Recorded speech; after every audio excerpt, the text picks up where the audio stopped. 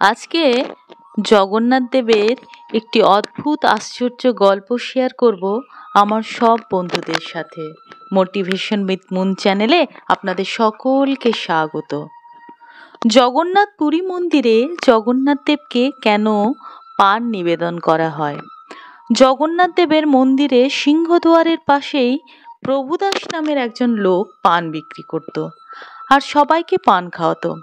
সারা দিন ধরে পান বিক্রি করে ঠিক বিকেল বেলায় জগন্নাথ দেবের দর্শনের জন্য তিনি মন্দিরে যেতেন আর খালি মনে মনে ভাবতেন, ভগবান জগন্নাথকে এত রকম ব্যঞ্জন দিয়ে ভোগ দেওয়া হচ্ছে, কিন্তু কেন পান দেওয়া হবে না ঠাকুরকে? প্রভুদাস সবসময় মনে মনে এটাই চিন্তা করত এবং ভগবান জগন্নাথ দেবের কাছে প্রার্থনা করত যে আমি কবে সুযোগ পাবো ভগবানকে পান খাওয়ানোর। তারপরে একদিন রাত্রিবেলা প্রভুদাস যখন ঘুমাতে যাবেন তার ছোট্ট কুটিরে, তার আগেই তার পানের দোকানের সামনে দুজন সুপুরুষ এসে দাঁড়ালো আর তাদের দুজনেরই কোকড়া কোকড়া চুল, ঘাড়ের নিচ পর্যন্ত চুল, কানে অসম্ভব সুন্দর দুল পরা এবং অলংকারে ভূষিত।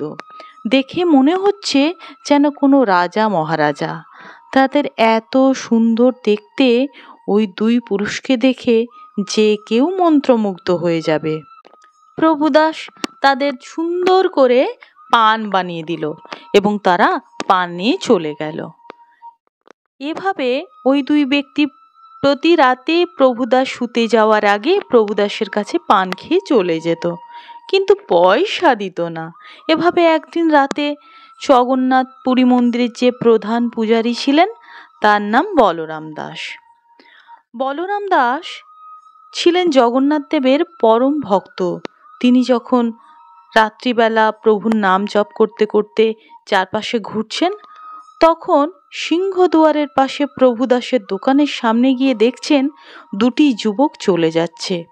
বলরাম দাস পেছন থেকে তাদের দেখে ভাবছে, এনারা কারা? এই যুবকের তো আগে কোনোদিন মন্দিরের আশেপাশে বা এই চত্বরে দেখিনি। সেদিন বলরাম দাস ব্যাপারটাকে অতটা পাত্তা দেয়নি। প্রভুর নাম জপ করতে করতে তিনি চলে গেছেন।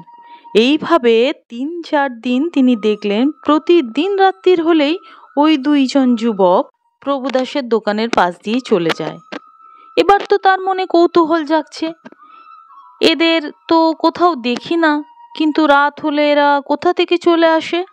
প্রভুদাসকে জিজ্ঞাসা করাতে প্রভুদাসের থেকে জানতে পারে যে প্রভুদাসও কোনোদিন তাদের কাছ থেকে কোনো পয়সাই চায়নি, বিনা দামে পান তাদেরকে দিয়ে গেছেন। দিনের পর দিন প্রভুদাস বলরাম দাসকে জানায়, হ্যাঁ তাই তো, আমি তো পয়সাই নিতে ভুলে যাই, দামই নিতে পারি না তাদেরকে এত সুন্দর মনোমুগ্ধকর দেখতে যে আমি হাঁ করে তাদের দিকে তাকিয়ে থাকি। ওভাবে দেখতে দেখতে কখন ওরা গায়েব হয়ে যায় টেরই পায় না। এবার বলরাম দাস প্রভুদাসকে বললেন, তোমার তো এভাবে ব্যবসার ক্ষতি হয়ে যাবে গো, তুমি যদি রোজ রোজ ওদের কাছে টাকা না নাও। তুমি একটা কাজ করবে, আজকে রাতে তারা যখন আসবে তুমি বন্ধক হিসাবে তাদের চাদরটা রেখে দেবে, আর যখন তারা আবার আসবে তখন তাদের ওই সুন্দর মূল্যবান চাদরখানি আটকে রাখবে এবং যতক্ষণ না তারা তোমার পানের দাম দিচ্ছে তুমি তাদেরকে চাদর ফেরত দেবে না। রীতিমতো তারা যখন রাত্রিবেলা পান খেতে এসেছেন আর দাম দেয়নি, তখন প্রভুদাস বলছেন, না, আপনারা অনেক দিন থেকেই বিনামূল্যে আমার কাছে পান নিয়ে যাচ্ছেন, আজকে আপনাদের আমার পানের দাম দিয়ে যেতেই হবে। তখন ওই দুই যুবক বললেন, আমাদের কাছে তো এই মুহূর্তে কোনো ধন সম্পত্তি নেই, কিন্তু আমাদেরকে বিশ্বাস করো, কালকে অনেক ধন সম্পত্তি এনে আমি তোমার হাতে তুলে দেব।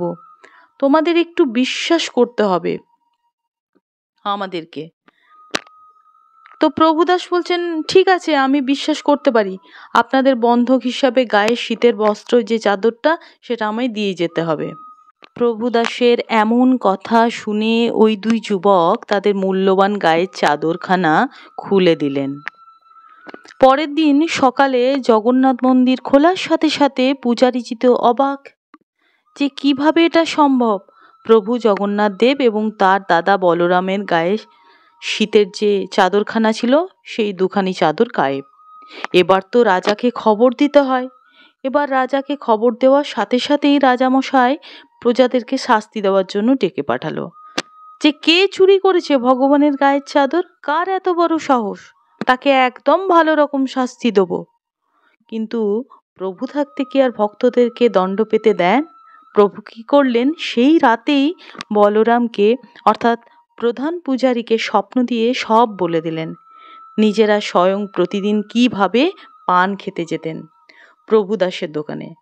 পরদিন সকালবেলা রাজা মশাইয়ের কাছে পুরোহিত মশাই সব বৃত্তান্ত বললেন ও স্বপ্নের কথা বলেন।